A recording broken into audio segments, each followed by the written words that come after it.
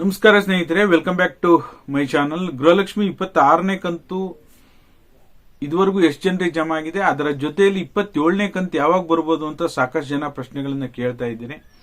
ಅದರ ಜೊತೆಯಲ್ಲಿ February March ತಿಂಗಳ ಹಣಕ್ಕೆ ಸಂಬಂಧಪಟ್ಟ ಹಾಗೆ ಏನೀಗ ಗ್ಯಾರಂಟಿ ಯೋಜನೆಗಳ ಪ್ರಾಧಿಕಾರದ ಅಧ್ಯಕ್ಷರಾಗಿರುವಂತಹ ಎಚ್.ಎಂ. ರೇವಣ್ಣ ಅವರ ಕಡೆಯಿಂದ ಫೆಬ್ರವರಿ ಮಾರ್ಚ್ ತಿಂಗಳ ಹಣದ ಬಗ್ಗೆ ಒಂದು ಅಪ್ಡೇಟ್ ಅನ್ನ ಕೊಟ್ಟಿದ್ದಾರೆ. ಅದ್ರ ಬಗ್ಗೆನೂ ಸಹ ತಿಳಿಸ್ಕೊಡುವಂತ ಕೆಲಸ ಮಾಡ್ತೀನಿ.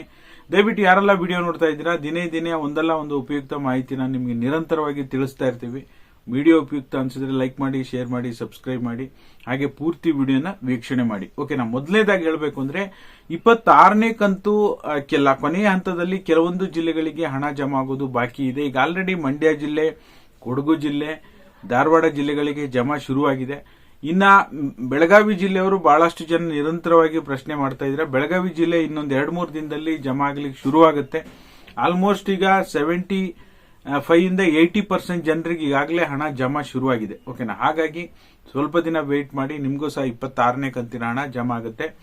ಇನ್ನ ಫೆಬ್ರವರಿ ಮಾರ್ಚ್ ತಿಂಗಳ ಹಣಕ್ಕೆ ಸಂಬಂಧಪಟ್ಟ ಹಾಗೆ ಗ್ಯಾರಂಟಿ ಯೋಜನೆಗಳ ಅನುಷ್ಠಾನದ ಪ್ರಾಧಿಕಾರದ ಅಧ್ಯಕ್ಷರಾಗಿರುವಂತಹ ಎಚ್.ಎಂ. ರೇವಣ್ಣ ಅವರು ಏನ್ ಮಾಹಿತಿ ಕೊಟ್ಟಿದ್ದಾರೆ ಅಂದ್ರೆ, ಇದುವರೆಗೂ ಸಹ ನಾವು ನಿರಂತರವಾಗಿ ಗೃಹಲಕ್ಷ್ಮಿ ಹಣ ಕೊಟ್ಕೊಂತ ಬಂದಿದ್ದೇವೆ. ಸುಮಾರು 52,000 ರೂಪಾಯಿ ಈಗ ಪ್ರತಿ ಮಹಿಳೆಯರಿಗೆ ಹಣ ಜಮಾ ಮಾಡಿದ್ದೇವೆ.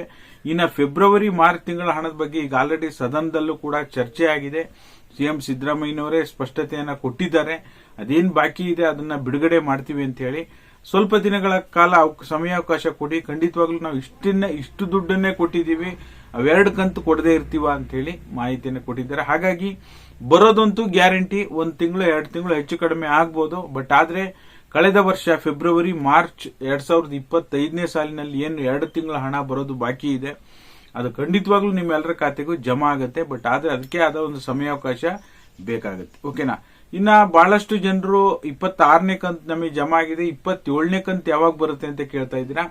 27ನೇ ಕಂತು ಜಮಾ ಆಗೋದಕ್ಕಿಂತ ಮೊದಲು ಅದರದೇ ಆದ ಕೆಲವೊಂದು ಪ್ರಾಥಮಿಕ ಹಂತ, ಮಾಧ್ಯಮ ಹಂತ, ಕೊನೆಯ ಹಂತ ಅಂತೇಳಿ ನಾವು 3 ಹಂತಗಳಾಗಿ ವಿಂಗಡಣೆ ಮಾಡ್ತೀವಿ. ಪ್ರಾಥಮಿಕ ಹಂತ ಏನಪ್ಪಾ ಅಂದ್ರೆ, ಹಣಕಾಸು ಇಲಾಖೆಯಿಂದ ಮಹಿಳಾ ಮತ್ತು ಮಕ್ಕಳ ಅಭಿವೃದ್ಧಿ ಇಲಾಖೆಗೆ ಹಣ ಫಸ್ಟ್ ಟ್ರಾನ್ಸ್ಫರ್ ಆಗಬೇಕು. ಮಹಿಳಾ ಮತ್ತು ಮಕ್ಕಳ ಅಭಿವೃದ್ಧಿ ಇಲಾಖೆಯಿಂದ ತಾಲೂಕ್ ಪಂಚಾಯಿತಿ ಮತ್ತೆ ಜಿಲ್ಲಾ ಪಂಚಾಯಿತಿ ಮುಖಾಂತರ ಮಹಿಳೆಯರ ಖಾತೆಗೆ ಡಿಬಿಟಿ ಮುಖಾಂತರ ಹಣ ಜಮಾ ಆಗಬೇಕು.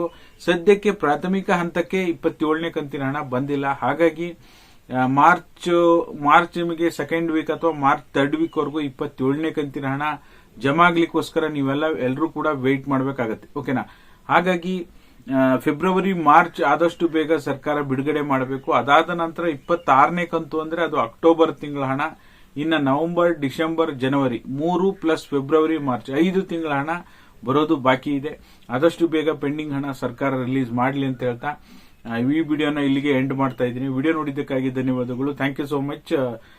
ಅವ್ರು ಏನ್ ಮಾಹಿತಿ ಕೊಟ್ಟಿದ್ದಾರೆ ಅನ್ನೋದನ್ನ ಟೆಲಿಗ್ರಾಮ್ ಚಾನಲ್ ನಲ್ಲಿ ಲಿಂಕ್ ಪೋಸ್ಟ್ ಮಾಡಿರ್ತೀನಿ. ತಪ್ಪದೆ ಎಲ್ಲರೂ ಕೂಡ ಜಾಯಿನ್ ಆಗಿ. ಟೆಲಿಗ್ರಾಮ್ ಚಾನಲ್ ನ ಲಿಂಕ್ ಇದೇ ವಿಡಿಯೋದ ಡಿಸ್ಕ್ರಿಪ್ಷನ್ ಬಾಕ್ಸ್ ಅಲ್ಲಿ ಇದೆ.